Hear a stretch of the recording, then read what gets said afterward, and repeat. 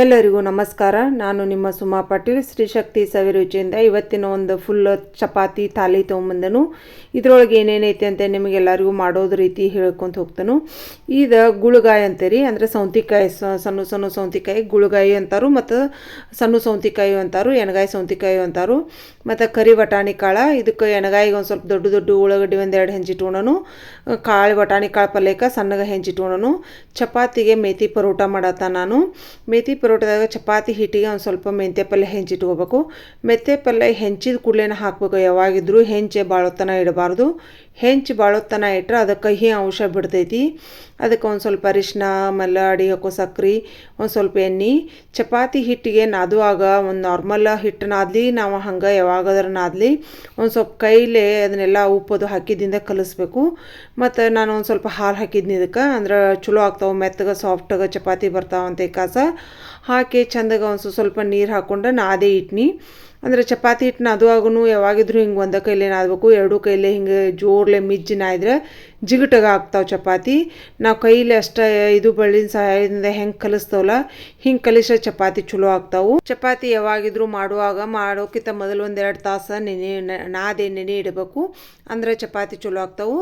ನಾನು ಆಮೇಲೆ ಪಲ್ಯ ಮಾಡ್ಕೊಳಕ್ಕೆ ರೆಡಿ ಮಾಡಕತ್ತೀನಿ. ಒಂದು ಕಡಾಯಿಗೆ ಒಂದು ಸ್ವಲ್ಪ ಎಣ್ಣೆ ಹಾಕಾಸ ನಾನು ಬದ್ನಿಕಾಯಿ ಚಟ್ಟ ಆಗಲಿ ಮತ್ತು ಇದು ಸೌಂತಿಕಾಯಿ ಎಣ್ಗಾಯಿ ಚಟ್ಟ ಆಗಲಿ ಒಂದೇ ಥರ ಪ್ರೊಸೀಜರ್ ಐತಿ. ನಾನು ಇದನ್ನು ಕೆಂಪು ಖಾರ ಹಾಕಿ ಮಾಡೋದ್ರಿಂದನೇ ಇದಕ್ಕೆ ಹಸಿಮೆಣ್ಸಿನ್ಕಾಯಿ ತೊಗೊಂಡಿಲ್ಲ. ಹಸಿಮೆಣ್ಸಿನ್ಕಾಯಿ ಹಾಕಿದ್ರು ಟೇಸ್ಟ್ ಆಗ್ತೈತಿ. ನಾನು ಎರಡು ಹೊಸರು ಹಸಿ ಖಾರದ್ದು ಪಲ್ಯ ಹಾಕಾವಂತೆ ಹಸಿಮೆಣ್ಸಿನ್ಕಾಯಿ ತೊಗೊಂಡಿಲ್ಲ. ಸ್ವಲ್ಪ ಎಣ್ಣೆ ಹಾಕ್ಕೊಂಡು ಸಾಸ್ಮಿ ಜೀರಿಗೆ ಹಾಕ್ಕೊಂಡು ದೊಡ್ಡ ಸೈಜ್ ಉಳ್ಳಾಗಡ್ಡಿ ಹೆಂಚ್ಕೊಂಡಿಲ್ಲ ಅವನು ಹಾಕಿ ಅವನು ಸ್ವಲ್ಪ ಕೆಂಪು ಬಣ್ಣ ಬರೋವರೆಗೆ ಕರಿದ ಕಾಸ ಒಂದು ಸ್ವಲ್ಪ ಕರಿಬೇಕಂತ ನಾನು ಎಣ್ಗಾಯಿಗೆ ಯಾವಾಗಿದ್ರೂ ಹೇಳ್ತಾನು. ಅದಕ್ಕೆ ಅರಿಶಿನ ಹಿಂಗ ಹಾಕಿ ಕಾಸ ಅದನ್ನು ಗ್ಯಾಸ್ ಆಫ್ ಮಾಡಿಬಿಟ್ನಿ.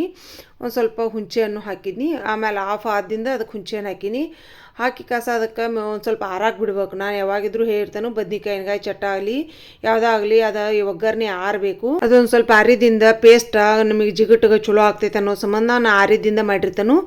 ಅದನ್ನು ಆರಿದಿಂದ ಅದಕ್ಕೆ ಒಂದು ಸ್ವಲ್ಪ ನಾವು ಮಸಾಲೆ ಖಾರ ಹಾಕಿ ಕಾಸ, ಆಮೇಲೆ ಅಡಿಗೆ ಹಾಕೋ ಸಕ್ರೆ, ಹುಂಚೆಹಣ್ಣು ಹಾಕಿದ್ದಕ್ಕೆ ಒಂದು ಸ್ವಲ್ಪ ಬೆಲ್ಲನೂ ಹಾಕೀನಿ.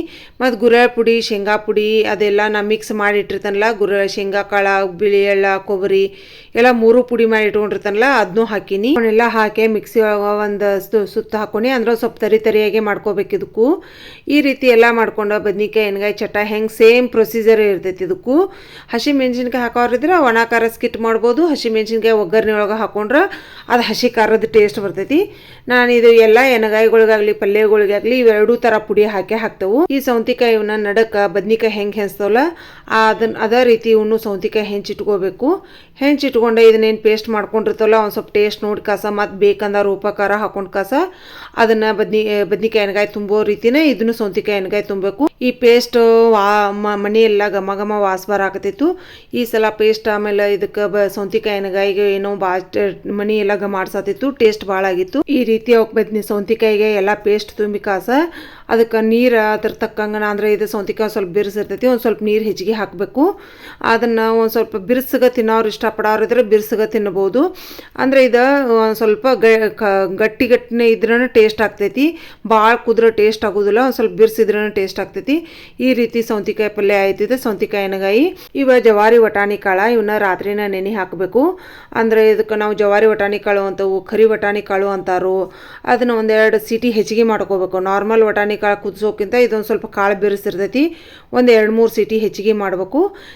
ಹೆಚ್ಚಿಗೆ ಮಾಡ್ಕೊಂಡು ಇವನ್ನ ಕುದಿಸಿಟ್ಕೊಂಡಿದ್ನಿ. ನಾನು ಇದಕ್ಕೆ ಒಗ್ಗರಣೆ ಮಾಡ್ಕೊಳಕ್ಕೆ ಎಣ್ಣೆ, ಸಾಸಿವೆ, ಜೀರಿಗೆ, ಉಳ್ಳಾಗಡ್ಡಿ ಹಾಕಿನಿ. ಇದು ಕರಿ ವಟಾಣಿ ಕಾಳನ್ನ ಗ್ರೀನ್ ಕಲರ್ ಹಸಿ ಖಾರ ಹಾಕಿದ್ರೆ ಚಲೋ ಆಗ್ತೈತೆ ಅಂತ ಕಾಸ ಹಸಿ ಖಾರನ ಮನ್ಯಾಗ ಮಾಡಿದ್ದಿತ್ತು, ಅದನ್ನ ಒಂದು ಸ್ವಲ್ಪ ಹಾಕಿನಿ. ಹಸಿ ಖಾರದ ಪಲ್ಯಗಳಿಗೆ ಯಾವಾಗಿದ್ರು ನಾನು ಗರಂ ಮಸಾಲ ಒಂದು ಸ್ವಲ್ಪ ಹಾಕ್ತಾನು. ಗರಂ ಮಸಾಲ ಹಾಕಿ ಕಾಸ ಪಲ್ಯ ಮಾಡ್ಕೊಂಡು ಎರಡು ಪಲ್ಯಗಳು ಭಾಳ ಚಲೋ ಆಗಿದ್ದು. ಈ ರೀತಿ ಕುದ್ದಿರ್ಬೇಕು ನೋಡ್ರಿ ಕಾಳಿವ. ಅಂದ್ರೆ ನಾರ್ಮಲ್ ವಟಾಣಿ ಕಾಳು ಒಂದು ಸ್ವಲ್ಪ ಲಘು ಕುದಿತಾವು, ಇವು ಒಂದು ಸ್ವಲ್ಪ ಲೇಟ್ ಮಾಡಿ ಕುದಿತಾವು. ಇವನ್ನ ಒಂದು ಸ್ವಲ್ಪ ನೀರು ಇಟ್ಟನ ಹಾಕಿನಿ. ನಾನು ಕುದಿಸಿದ ಏನು ಬೇಯಿಸಿದ ನೀರು ಇರ್ತಾವಲ್ಲ ಇವ್ನು ಚಲ್ಲಂಗಿಲ್ಲ. ನಾನು ಯಾವುದೇ ಕಾಳುಗಳಾಗಲಿ ಬೇಯಿಸಿದ ನೀರನ್ನ ಚಲ್ಲಂಗಿಲ್ಲ. ಅದಕ್ಕೆ ಅದ್ರ ಸಮೇತನ ಹಾಕಿ ಕಾಸ ಒಂದು ಸ್ವಲ್ಪ ಗುರೆಳ್ ಪುಡಿ ಹಾಕಿ ಒಂದಿಟ್ಟು ಪ್ಲೇಟ್ ಮುಚ್ಚಿ ಕಾಸ ಅದು ಖಾರ ಉಪ್ಪ ಎಲ್ಲ ಹಿಡ್ಕೊಲ್ಲಿ ಅಂತ ಕಾಸ ಮುಚ್ಚಿಟ್ನಿ. ಇದು ಕಾಳು ಪಲ್ಯನೂ ರೆಡಿ ಆಯ್ತು ಇವತ್ತಿಂದು. ಎರಡೂ ಥರ ಪಲ್ಯಗಳು ಭಾಳ ಟೇಸ್ಟ್ ಆಗಿದ್ದು, ನಂಗಂತೂ ಭಾಳ ಸೇರಿದ್ದು, ಭಾಳ ಟೇಸ್ಟೂ ಆಗಿದ್ದು, ಎರಡೂ ಭಾಳ ಚಂದ ಕಾಣತ್ತಿದ್ದು. ಆಮೇಲೆ ಮೆತ್ತೆ ಪರೋಟದ ಅದನ್ನು ಹಿಟ್ಟೇನು ಅದಿಟ್ಕೊಂಡಿದ್ದಿಲ್ಲ ಈ ರೀತಿ ಪರೋಟಗಳು ಮಾಡ್ಕೊಂಡು ನೀವನ್ನ ಅಂದ್ರೆ ಅವು ಮೆತ್ತೆ ಪಲ್ಯ ಸಣ್ಣಗೆ ಹೆಂಚಾಕಿರ ವಿಷ ಆಗ್ತೈತಿ. ಅದಕ್ಕೆ ಈ ರೀತಿ ಮಾಡಿ ಹೆಂಚಿ ದೊಡ್ಡನೇ ಹೆಂಚಾಕಿರ್ತಾನೆ ನಾನು ಯಾವಾಗಿದ್ರು. ಭಾಳ ಸಣ್ಣಗೆ ಹೆಂಚಿರ ಆಮೇಲೆ ರುಬ್ಬಿ ಹಾಕಿ ಮಾಡೋರು ಮಾಡ್ತಾರೋ. ನನಗೆ ಮಾತ್ರ ನಾ ಯಾವಾಗಾದರೂ ಮಾಡಿದ್ರು ಇದೇ ರೀತಿ ಮಾಡಿರ್ತಾನು. ಭಾಳ ಟೇಸ್ಟಾಗಿದ್ದು ಚಪಾತಿ ಮತ್ತು ಸಾಫ್ಟು ಭಾಳ ಬಂದಿದ್ದು ಈ ಸಲ ಚಪಾತಿ. ಹಿಟ್ಟನ್ನ ಅದು ಆಗ ಒಂದು ಸ್ವಲ್ಪ ಹಾಲು ಹಾಕಿದ್ನೆಲ್ಲ ಅದ್ರ ಸಂಬಂಧ ಸಾಫ್ಟಾಗ ಚಲೋ ಬಂದಿದ್ದು ಚಪಾತಿ. ಈ ರೀತಿ ಚಪಾತಿ ಮಾಡಿ ಕಾಸ ನಾನು ಒಂದು ಕೋಸಂಬರಿ ಯಾವಾಗಿದ್ರು ಒಂದು ಸ್ವಲ್ಪ ಏನಾರ ಒಂದು ಸೌಂತಿಕಾಯಿ ಏನಾರ ಇದ್ದದ್ದು ಕೋಸಂಬರಿ ಮಾಡ್ಕೊಂಡಿರ್ತಾನು. ಅದನ್ನೂ ಒಂದು ಸ್ವಲ್ಪ ಮಾಡಿ ರೆಡಿ ಮಾಡಿ ಇಟ್ಕೊಂಡಿನಿ. ಕೋಸಂಬರಿ ಮಾಡೋದನ್ನ ವೀಡಿಯೋ ಮಾಡೋಕ್ಕಾಗಲಿಲ್ಲ. ನಂದು ಇವತ್ತಿನ ಊಟದ ಮೆನು ಈ ರೀತಿ ಇತ್ತು. ನಿಮಗೆ ಎಲ್ಲರಿಗೂ ಇಷ್ಟ ಆಕೈತೆ ಅಂತ ತಿಳ್ಕೊಂಡು ನೀವು ಈ ರೀತಿ ಮನೆಯಲ್ಲಿ ಚಪಾತಿ ಪಲ್ಯಗಳೆಲ್ಲ ಮಾಡ್ಕೊಂಡು ತಿಂದು ನೋಡ್ರಿ, ಟೇಸ್ಟ್ ಆಗಿರ್ತಾವೆ. ನಾರ್ಮಲ್ ಚಪಾತಿ ಮಾಡೋದಕ್ಕಿಂತನೂ ಹಿಂಗೂ ಯಾವಾಗಾದರೂ ಮಾಡ್ಕೊಂಡು ತಿಂದ್ರೆ ಟೇಸ್ಟ್ ಆಗ್ತೈತಿ.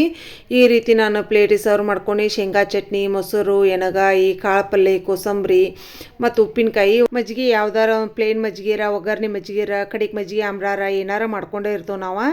ಈ ರೀತಿ ನಂದು ಇವತ್ತಿನ ಮೆನು ಆಗಿತ್ತು.